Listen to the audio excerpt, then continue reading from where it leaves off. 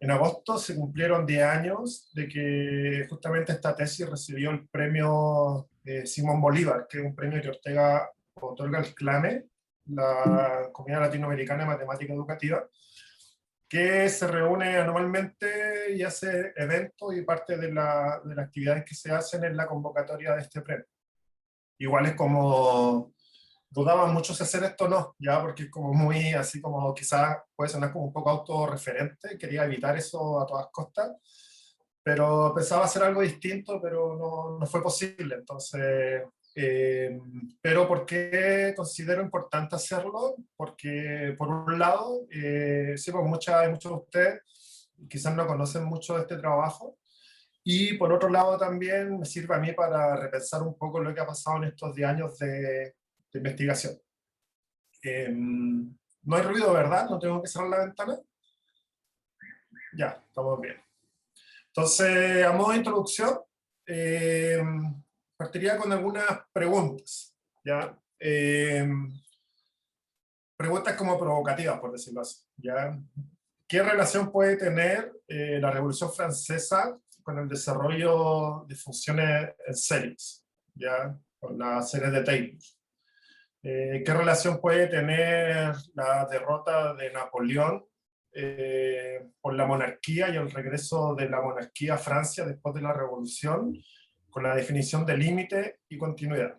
Esa es un poco la reflexión que está detrás de este trabajo, ya es lo que voy a desarrollar de principio a fin. Bueno, esta investigación se sitúa en una línea de investigación que se llama Construcción Social del Conocimiento Matemático, que prácticamente lo que le interesa estudiar justamente es el vínculo entre el conocimiento, ¿ya? Y el ser humano, por decirlo de cierta forma, ¿ya? Entonces hay diversas ramas de esta línea de investigación. Por ejemplo, estudiar cómo ciertos conocimientos, particularmente matemáticos, ya surgen de ciertas actividades humanas, ¿ya? Actividades prácticas que se desarrollan a través de distintas comunidades humanas, ya a través de la historia, etcétera. También, por ejemplo, cómo se mezcla el conocimiento con acontecimientos sociales particulares, como por ejemplo una revolución política, ¿ya? En qué medida los acontecimientos sociales se vinculan con la construcción del conocimiento. O otras que también pertenecen a estas ramas, en cómo el conocimiento se articula con elementos más culturales, como por ejemplo la cosmovisión, ¿ya? Asumiendo que justamente la cosmovisión tiene que ver con maneras de ver al mundo, ¿no? Entonces, cómo estas maneras de ver al mundo culturales se articulan con la construcción del conocimiento. Ahí hay estos trabajos, por ejemplo, con pueblo originario, pero también se hace un trabajo histórico en esa línea. Entonces, dentro de esa línea de investigación, ya surge esta preocupación de explorar vínculos entre acontecimientos sociopolíticos y la construcción del conocimiento matemático. Y lo que escogí fue justamente la Revolución Francesa, porque varias cosas convergieron ahí. Ya la primera es que hice una estancia en Francia de un semestre, y en esa estancia que fuimos por el Ministerio de Educación chileno, nos llevaron a hartos museos, ¿ya? Entonces ahí como que pude de una otra forma tener una profundización de todo ese periodo histórico. Y después, cuando me fui a hacer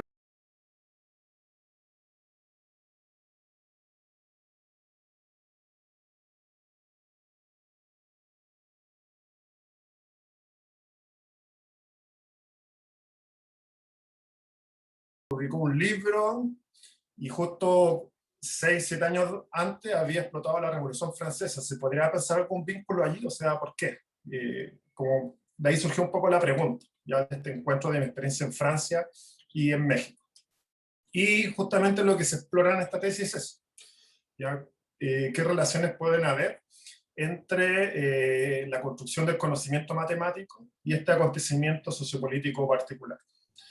Esto nace de un problema, ¿ya? Un problema de enseñanza que nació en un seminario cuando yo estaba haciendo el magíster en México. Ya en un seminario se planteó justamente que la aproximación puntual a través de los polinomios de Lagrange o la aproximación local a través de series de Taylor ya tenían varias formas de tratamiento didáctico, particularmente, por ejemplo, las series de Taylor existen los software, los programas, donde uno sube el número del polinomio y se aproxima más a la función. Maneras de transmitir esta idea a estudiantes, ¿no? Pero justamente se había desarrollado la aproximación puntual y local, y no estaba la de la aproximación global, ¿ya? O la convergencia uniforme. Entonces la pregunta era si se podría construir una explicación escolar para la aproximación global. Ese fue el contenido del seminario. Y después varias cosas, ya exploramos, había físicos, había gente de distintas disciplinas, y después de trabajar, llegamos al punto de que era como muy complicado. En realidad como que no era tan sencillo poder explicar ese tema como se hicieron las explicaciones previas. Ya los otros polinomios, por ejemplo, se pueden articular a problemas cotidianos, etcétera, problemas de la física. Con la aproximación global no fue fácil en ese seminario. Y dentro de esa indagación, yo encontré este artículo, ya que lo publicó Weierstrass en 1885, y se titula sobre la posibilidad de representar analíticamente funciones arbitrarias de variable real. Es decir, dada una función real continua cualquiera, en un intervalo acotado, se puede construir un polinomio tan cerca de ella como se quiera, ¿verdad? Y justamente acá surgieron preguntas, empezaron a surgir preguntas sobre este tema, sobre todo porque, indagando un poco en este teorema tuvo mucha repercusión en su tiempo. Ya ahí se ve que, por ejemplo, en 1886 se tradujo al francés, que era un idioma súper importante en matemática en esa época, y de ahí surgieron diversas demostraciones alternativas de este teorema.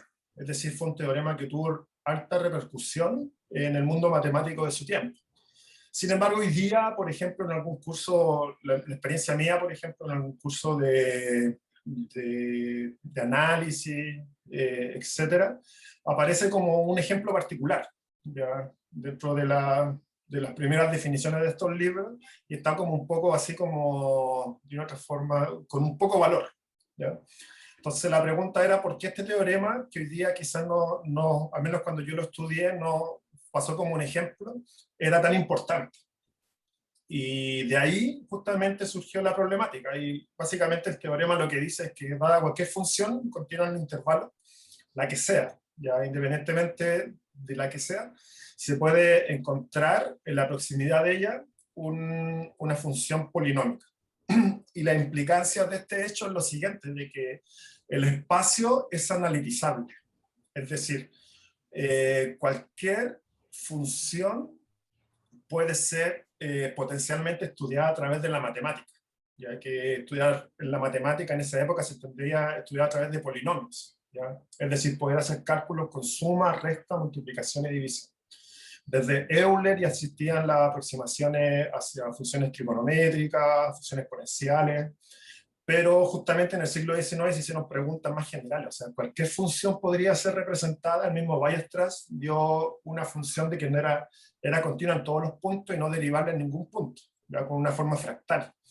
Entonces, ante ese escenario, la pregunta era esa, ¿no? Una pregunta abierta que había en la teoría matemática era si cualquier función podía o no ser estudiada a través del análisis. Es decir, se podía aproximar un polinomio a cualquier función que fuera. Y este teorema demuestra que sí, ¿ya? Entonces, desde ese teorema, justamente lo que hice fue historizar ese problema. Porque, ok, en la época se ve que era importante, pero a lo largo de la historia se ve que si bien era importante, como que hoy día no le veía yo la importancia, en el fondo, yo tratando de entender este problema. Entonces hice un proceso de historización del problema de la representación analítica de funciones.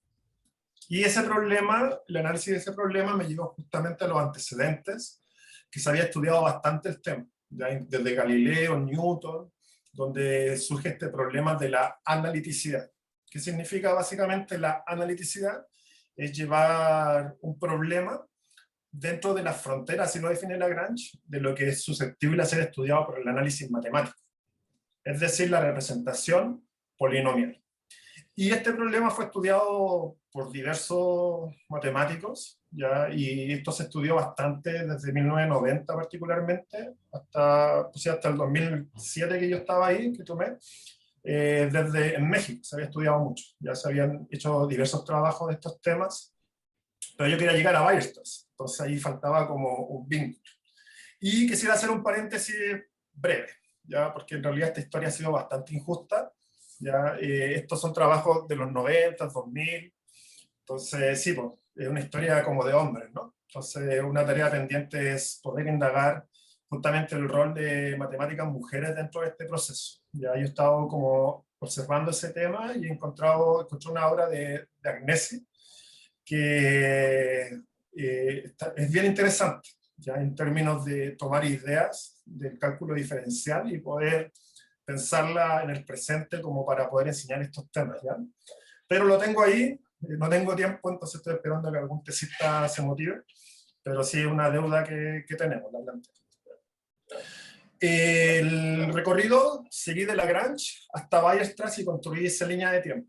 Ya, no voy a entrar en detalles por qué seguí esa línea, pero pasé de Lagrange a Cauchy, ya haciendo un puente con Fourier, y de ahí pasé de Cauchy a Weierstrass haciendo un puente con esos autores. Ya los autores que están en color rojo, estudié las obras originales, y los autores que están en color negro lo aproximé a ellos a través de obras secundarias, ya a través de artículos que investigan estas obras. Y aquí viene como el punto de una otra forma neurálgico para mí, como, o sea, cuando hice esta investigación, que yo cuando veía, por ejemplo, el desarrollo de funciones en serie de Taylor, lo que me imaginaba, imagino que también muchos de ustedes no imaginamos, es como una función como un applet, ¿no? De GeoGebra, cualquier applet aproximándose. Pero Lagrange no tenía computadora. Lagrange no tenía la capacidad de visualizar eso. Entonces la pregunta era, ¿cómo veía Lagrange su obra? ¿Ya? Lo mismo con Cauchy, perdón, con Weierstrass. ¿Ya? Hoy día, por ejemplo, existen los polinomios de Bernstein, que uno puede hacer visualizaciones justamente a través de métodos estadísticos que son los que lo ocupan, para poder aproximar funciones, se puede hacer, ¿ya? Pero Weierstrass era imposible que lo pudiera hacer de esa forma. Ya no tenía calculadoras, y los cálculos que se podían hacer en ese tiempo eran súper incipientes. Entonces, de ahí surgió esta pregunta, ¿ya? ¿Cómo Weierstrass veía su obra? ¿Qué significado le daba él? No qué significado le damos nosotros hacia atrás. Es decir, nosotros le damos significado con nuestro presente, pero él en su contexto. ¿Cómo lo le daba significado? ¿Cómo lo significaba Lagrange? ¿Ya? ¿Cómo lo significaba Cauchy? Etcétera. Y esta pregunta tiene justamente este antecedente de Paulo Freire. ¿Ya? Bueno, Paulo Freire es un pedagogo latinoamericano, probablemente el pedagogo más latinoamericano más importante del siglo pasado, y justamente este año se conmemora los 100 años de su natalicio, ¿ya? Este tema de la otredad, este tema de tratar de pararse en los zapatos del otro, etcétera, es algo que justamente viene de la pedagogía freiriana, bueno, en mi caminar, y por experiencias que tuve justamente en proyectos, en educación popular, iniciativas de ese tipo, fue también que nació esta pregunta, ¿ya? Cómo poder ver desde sus ojos, ¿ya? Fue una pregunta bien criticada, porque en realidad es imposible, ¿no? Imposible como retroceder en el tiempo, tomar un DeLorean así, como se podría decir, y ir a ver qué pasó, ¿no? Pero el reto era construir un método para poder hacerlo, ¿ya? Un método para situar un poco desde dónde estos autores miraron sus obras. Y acá se explora esta idea, significado-contexto, cómo la construcción de significado de los seres humanos se articula en contextos sobre los cuales estos individuos se mueven, ¿ya? Por ejemplo, ¿qué significa la tierra para un chileno? ¿Qué significa la tierra para un mapuche? ¿Ya? Hay elementos de contexto que interfieren en la manera de dar significado. La pregunta es, ¿eso es válido en matemáticas? ¿O en matemáticas los significados son universales? ¿De qué manera el contexto opera en esta línea, ¿no? Y aquí justamente lo que planteo en esta tesis es la idea de contexto de significación, de poder dar cuenta del contexto de los autores para desde esos contextos hacer la interpretación de lo que ellos interpretan de sus obras, a un contexto histórico-cultural. Y regularmente, pues la noción de contexto es como esto, ¿no? Es como el ámbito que sitúa el conocimiento. ¿ya? Es como la idea como intuitiva de contexto, o sea, está la persona y su contexto. Pero justamente en esta investigación desarrollamos una idea un poco más fina, más profunda de lo que significa contexto, ya para poder explorar esta pregunta con mayor profundidad. No voy a ahondar más en eso por tiempo, pero justamente esa fue como una aportación teórica de la investigación. Dicho eso, un poco de elementos metodológicos. ¿Ya? Para esta investigación construí una metodología. ¿Ya? Casi todos los trabajos históricos que se hacían hasta esa época no tenían metodología. ¿Ya? O sea, siempre hay metodología, pero no estaba declarada. Por ejemplo, en las publicaciones nos dice, esto lo descubrimos tal cosa, se decía, examiné tal obra y dice esto, pero no se decía cómo se indagó, cómo se hizo. ¿Ya?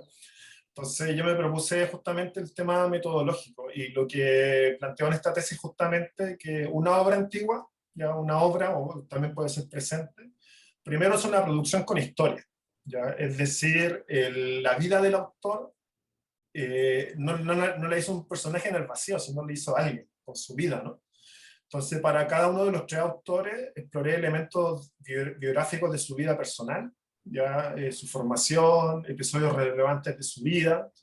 También exploré elementos de su época, ya fechas relevantes de acontecimientos políticos, los problemas que abordaba la ciencia de su época, y también un poco su devenir personal, su carrera académica, relación con los colegas, intereses académicos, etc. Esto lo hice a través de biografías que se han hecho de estos autores. Y no solo está la historia de la persona, también cada obra la considero como un objeto de difusión. ¿Y qué significa esto? Significa que una obra es algo que se escribió alguien para decirle algo a alguien. ¿Ya? Entonces, por ejemplo, cuando yo escribo algo para una persona y una persona distinta, no necesariamente voy a escribir lo mismo. Entonces era como poder relevar esa intencionalidad de difusión de las obras. Y aquí, ¿qué se evaluó para cada obra? ¿Ya? La institución que publica, porque es distinto, hoy día sabemos, ¿no? Escribir un paper, escribir un libro. Lo que se pone, lo que se omite, es distinto. ¿Qué tipo de publicación es? ¿Una publicación científica, un libro didáctico de una escuela, una carta que era muy común en la época, ensayos, etcétera? ¿Ya? Las condiciones que genera el medio de difusión, ya cuánta cantidad de páginas permitía escribir, cuál fue el comité de evaluación que estuvo dentro de esa publicación, etcétera, y los destinatarios de la obra. Ya esto de una otra forma. Nosotros queremos ir desde lo que el autor dijo a lo que el autor piensa. Entonces necesitamos considerar cómo esta intencionalidad de difusión influye en lo que el autor está diciendo. Y lo tercero, justamente que una obra tampoco no es un libro aislado, sino es parte de una expresión intelectual mucho más global. Por ejemplo, y en este caso para las tres fragmentos de obras que estudiamos, estudié obras relacionadas a ella, del mismo autor, ¿ya? Ensayos de corte epistemológico, metafísico de los autores, ¿ya? Escritos como en los periodos, también las obras relevantes del autor, desarrollada su historia, cuál fue más o menos su trayectoria académica, ¿ya? Y correspondencia entre matemáticos. También estudié ese tema para cada una de las tres obras, de manera de definir un contexto desde el cual podemos inferir los significados que el autor da a ciertas obras, ¿ya? Y la tesis justamente es eso, ya es este análisis y los resultados. Ya voy a comentar ahora solo algunos resultados, porque hay varias cosas que sí que son como extensas, pero ahora quería hacer en realidad como una mirada más en proyección hacia lo que he desarrollado después. Entonces voy a mencionar algunos resultados. ¿Ya? Bueno, algo respecto al tema sociopolítico, que fue lo que puse en el título, que justamente esta línea de desarrollo de la analiticidad, ¿ya? Que viene de justamente representar funciones serias de Taylor, a decir que cualquier función dentro de un espacio, ¿cómo se llama?, continuo, ¿ya? En un espacio acotado puede tener una representación analítica, puede tener un polinomio que se acerque a ella tanto como quiera, ¿ya? El espacio se hace analítico. Entre transcurso viene justamente por la idea de aproximación local, que es básicamente la idea de series de Taylor a una idea de aproximación global, ¿ya? Que son dos nociones de aproximación distintas en matemáticas, ¿ya? Y dentro de esta línea, justamente, lo que encontré es que hay significativos vínculos entre estas obras y los acontecimientos sociopolíticos en los cuales los autores se desenvolvieron. Y lo voy a explicar a continuación. Vamos a centrarnos en Lagrange y Cauchy, ¿ya? Bueno, ¿cuál es el escenario? Ya Lagrange publica su teoría de función analítica en 1797, donde se plantea de una otra forma el desarrollo de funciones en serie de Taylor. Ya este libro, que es bastante famoso hoy día, de hecho se estudia mucho hoy día para entender la obra del pasado. Y la obra de Cauchy fue la de 1821, ya que se llama Análisis algebraico o curso de análisis, y él lo publicó en 1821. Entonces, ¿qué fue lo que ocurrió? Ya, en 1789 estalla la Revolución Francesa. En 1797, Cauchy publica su obra en París. O sea, todo esto ocurre en París. En 1804 ya Napoleón es como coronado como emperador, y hasta 1814, en la batalla de Waterloo, justamente Napoleón es derrotado y regresa la monarquía al poder de Francia, ¿ya? Y se mantiene 15 años, hasta 1830, que es el momento como de la gloriosa revolución que se le llama, de 1830. De hecho, el libro, la película Los Miserables están ambientadas un poco en ese contexto. Entonces, Lagrange publicó en un periodo donde estaban los revolucionarios al poder, y Cauchy publicó en un periodo donde estaba la monarquía en el poder. Y hay una alternancia justamente en el poder. ¿Ya? Primero la monarquía, que viene de toda la historia del rey Luis XIV, ¿ya? Y después viene la revolución, ya viene el tiempo después de la revolución y del caos, yo diría, de la revolución, el imperio Napoleón, después vuelve la monarquía y después ya entró la revolución en un contexto más hacia los lineamientos que se derivó hacia el presente. Y estos son los hitos, ya que definí. En 1789, cuando se reconoce la toma de la Bastilla en Francia, ya como el inicio de una reforma de la revolución. El triunfo de la revolución en 1814, la derrota de Napoleón, y en 1830 la revolución donde la gloriosa, esa de los misiles. Ahora, el hecho de que hayan cambios políticos, esto también expresa una confrontación ideológica muy fuerte en la época, ¿ya? Porque justamente el pensamiento revolucionario se estaba alimentando del pensamiento ilustrado que venía desarrollándose durante todo el siglo XVIII en Francia, ¿ya? Y la monarquía estaba justamente representando un poco la conservación, donde se articulaba un poco el tema religioso, ¿ya? Porque la revolución particularmente fue bien como contraria al tema religioso. En ese tiempo básicamente el catolicismo estaba ligado con el clero, ¿no? Y ese punto es importante, ya para analizar particularmente la obra de Cauchy. De hecho, sí, por ejemplo, hay catedrales en Francia, cerca de París, donde están como todas las figuras de los santos sin cabezas, ¿no? Que un poco fue lo que ocurrió en la revolución. Entonces, esta tensión política se expresa también una tensión ideológica y una tensión incluso a nivel de cosmovisión para la gente que tenía fe. Bueno, avanzo, ¿ya? ¿Qué pasó con Lagrange particularmente? Si uno lee el inicio de esta obra, él desarrolla la teoría de funciones analíticas, ¿ya? Primero desarrolla toda la explicación del desarrollo de funciones en series de Taylor, ¿ya? Entiendo que es la primera vez donde se desarrolla la idea de la función derivada, no la idea de la derivada, ¿ya? Sino la función derivada. Y en el inicio de esta obra él dice lo siguiente, ya que él se encontraba de otra forma atrapado en circunstancias particulares que lo llevaron a desarrollar los principios generales del análisis, ¿ya? Es decir, que él escribió esa obra por ciertas circunstancias particulares, ¿ya? Y esta obra la escribió justamente para considerar la utilidad que puede ser a los estudiantes que entran a esta rama tan importante del análisis. Entonces, dos cosas. Una, que habla que esta obra la hizo por circunstancias particulares en las cuales se encontró, y dos que le escribió para estudiantes. ¿Qué podríamos decir del contexto? ¿Ya? Hay dos cosas del contexto que son relevantes en este sentido.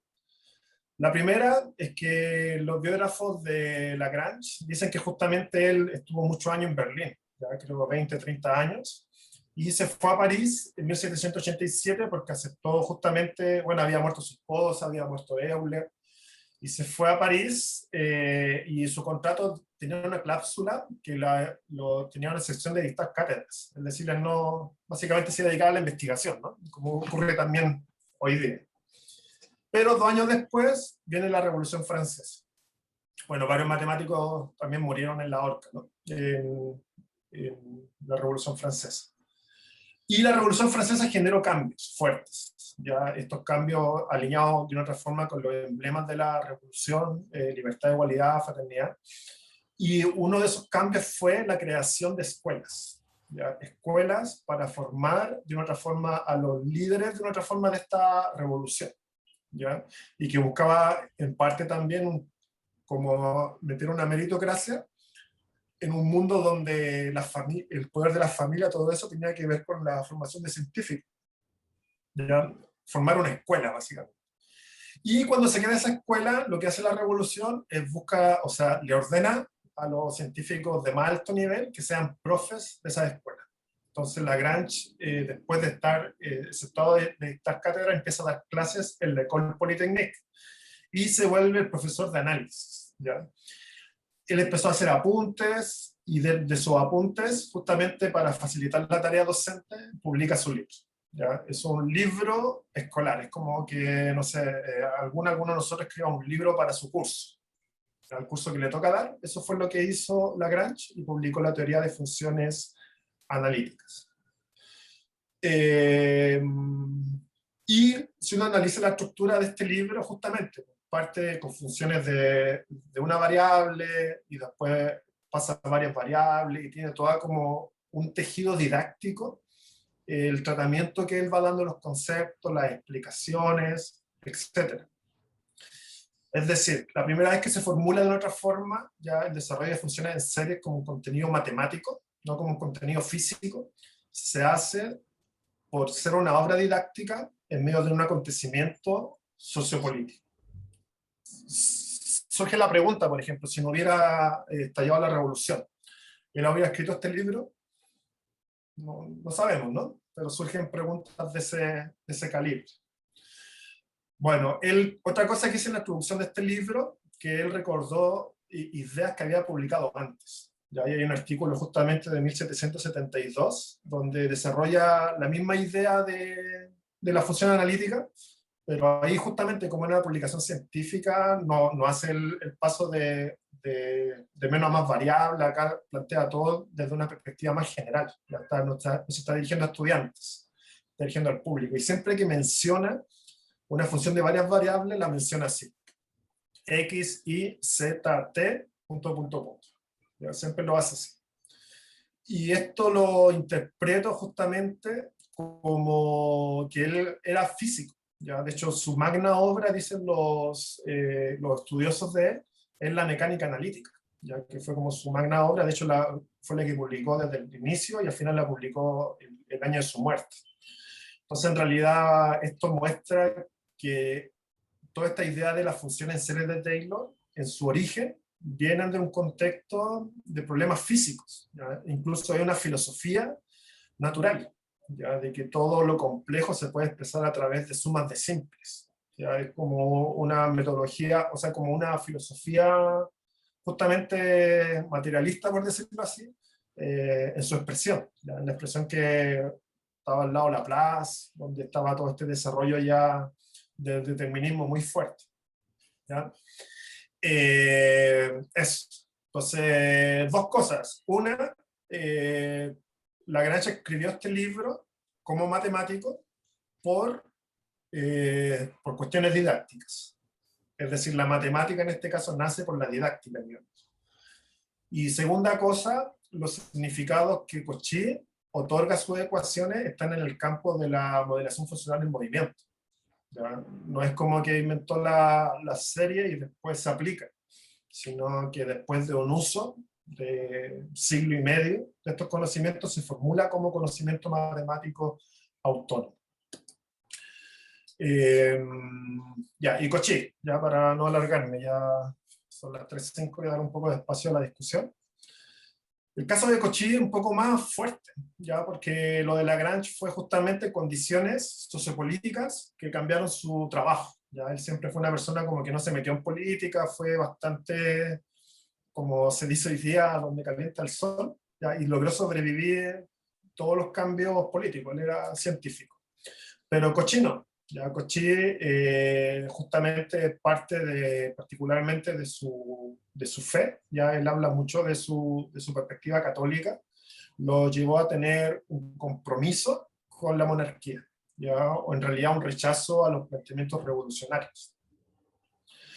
Él escribió por ahí en 1811, todavía estaba la revolución, un escrito, ya, que es bastante interesante, ya, un escrito de carácter, sí, epistemológico, de ese tipo, y lo que plantea en ese escrito básicamente es que el ser humano conoce, pero siempre van a haber cosas que no va a poder conocer.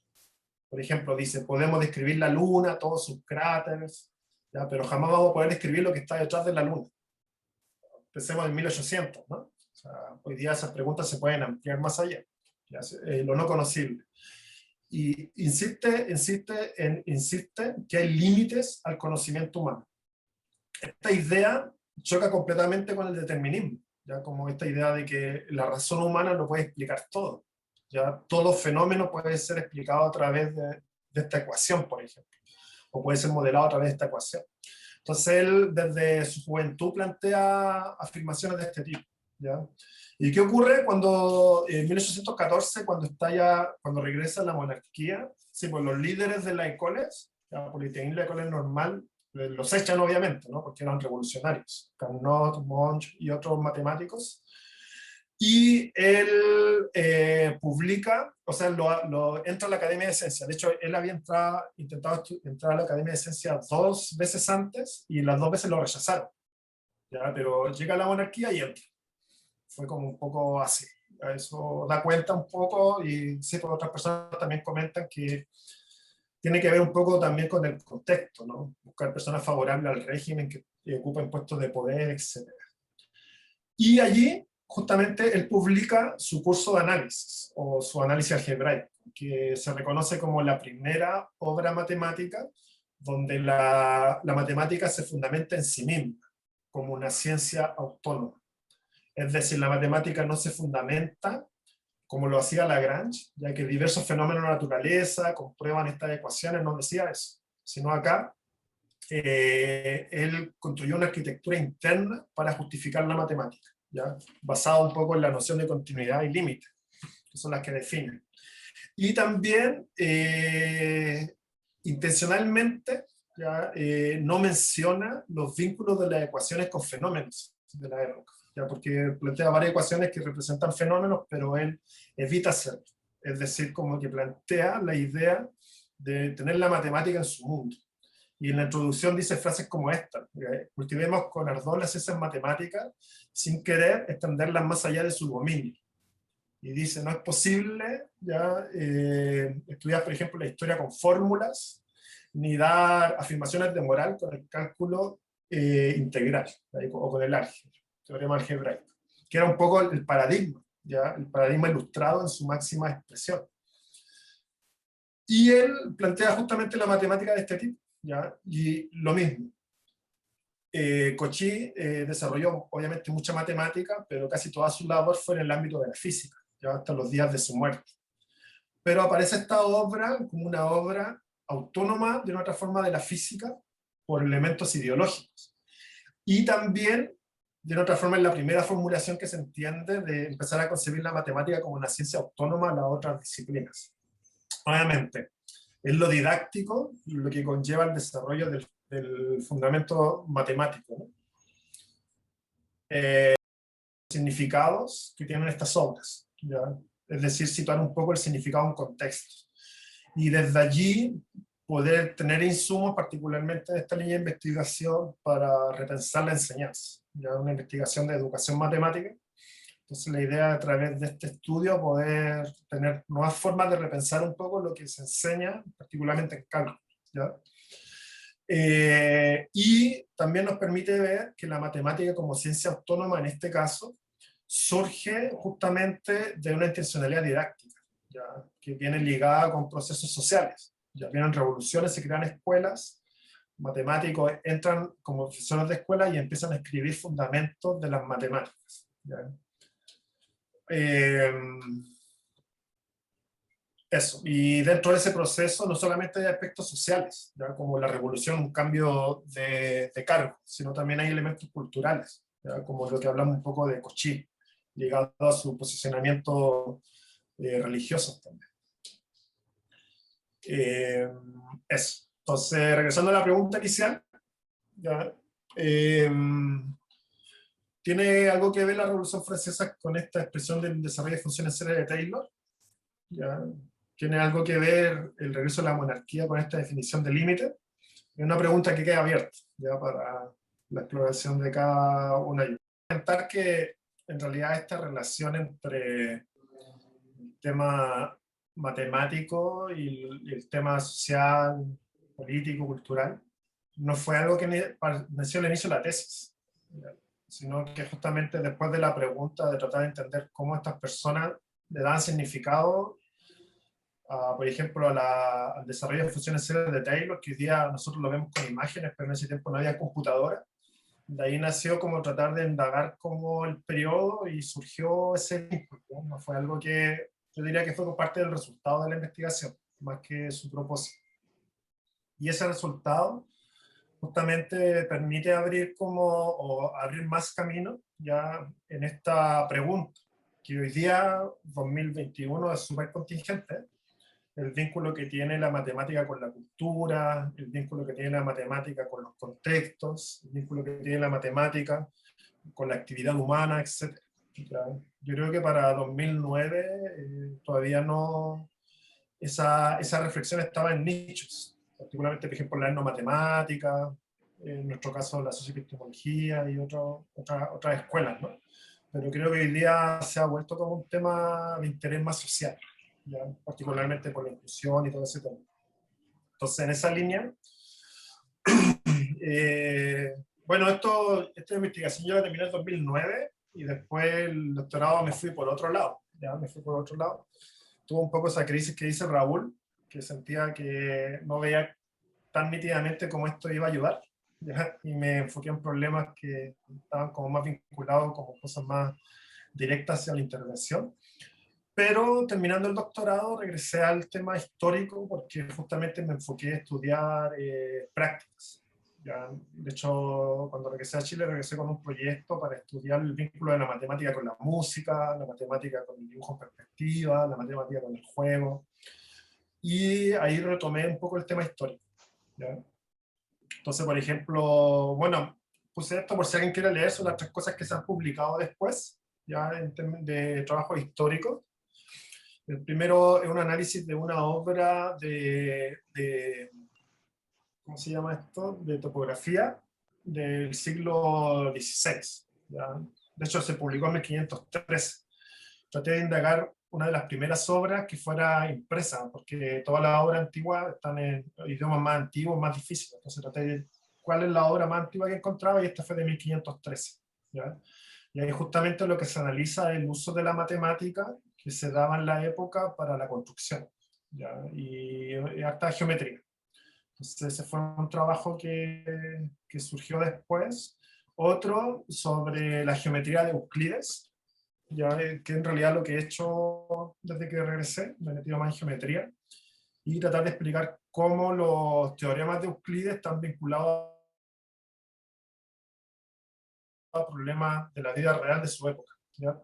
Particularmente en este artículo hablamos del tema de la percepción visual, que lo hablé en un coloquio, la última vez que puse en los coloquios, pero de ahí es como harto trabajo también. Y este de abajo sobre el vínculo entre música y matemática. Entonces también me puse a estudiar teóricos matemáticos del siglo XVI, de 1500, para poder entender un poco los procesos de matematización de la armonía musical, ¿ya?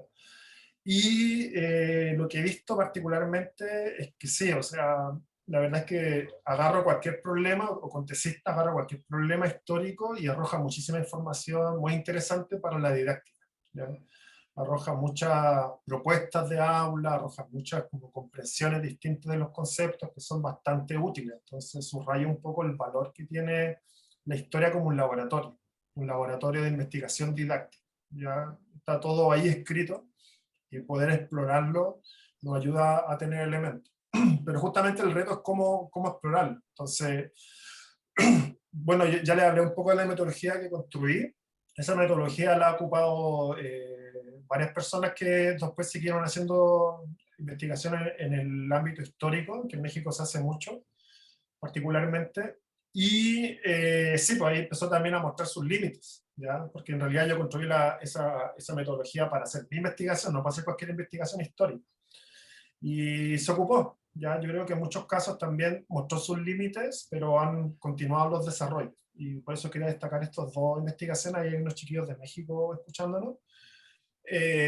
La primera es esta tesis de Gerardo, ya sobre Ptolomeo.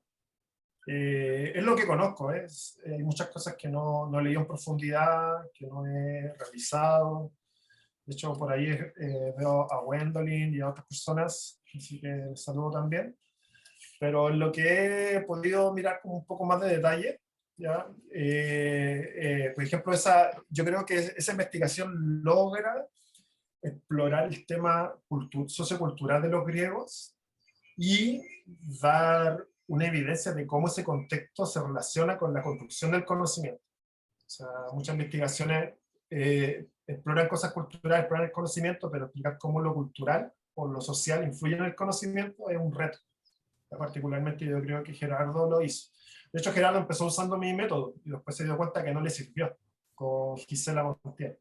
Y desarrollaron justamente un método de análisis de contenido que es súper bueno. ¿Ya? Entonces, creo que eso es como un avance, un piso nuevo de una otra forma para pararse para seguir explorando este tema.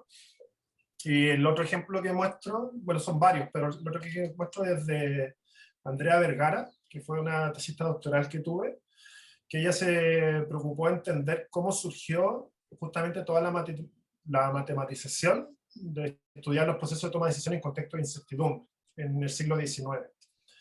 Y yo creo que Andrea tomó de una otra forma las bases de lo que yo había pensado y la llevó a otro nivel.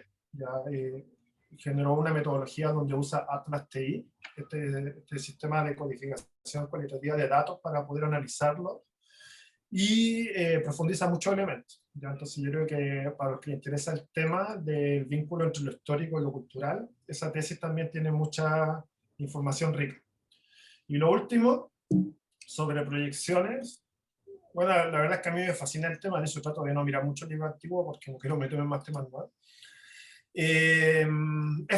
Ya, buscando de una reforma sistematizar todas esas aportaciones. El 2018, en un artículo que publiqué, yo publiqué este modelo, que alguna vez también lo expliqué en un coloquio de Limón, pero que justamente la idea es como expresar más nítidamente un modelo para estudiar el desarrollo del conocimiento matemático en la historia, que permita de una otra forma develar significados germinales, ¿ya? Y cómo el conocimiento se va transformando a través del tiempo.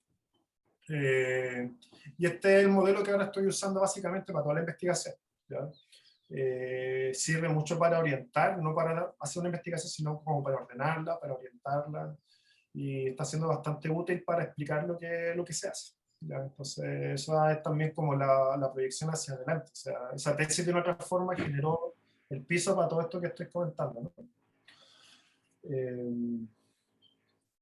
Eso. Y sí, porque es importante, repito lo del inicio para los que no estaban ya, como que no quería hacer esta charla porque no es como un poco autorreferente, ¿no? Como que me siento incómodo, pero por otro lado igual se cumplen 10 años de la tesis y como que es importante en términos académicos poder proyectar hacia adelante también lo que viene, ¿no? Desde lo que ha pasado.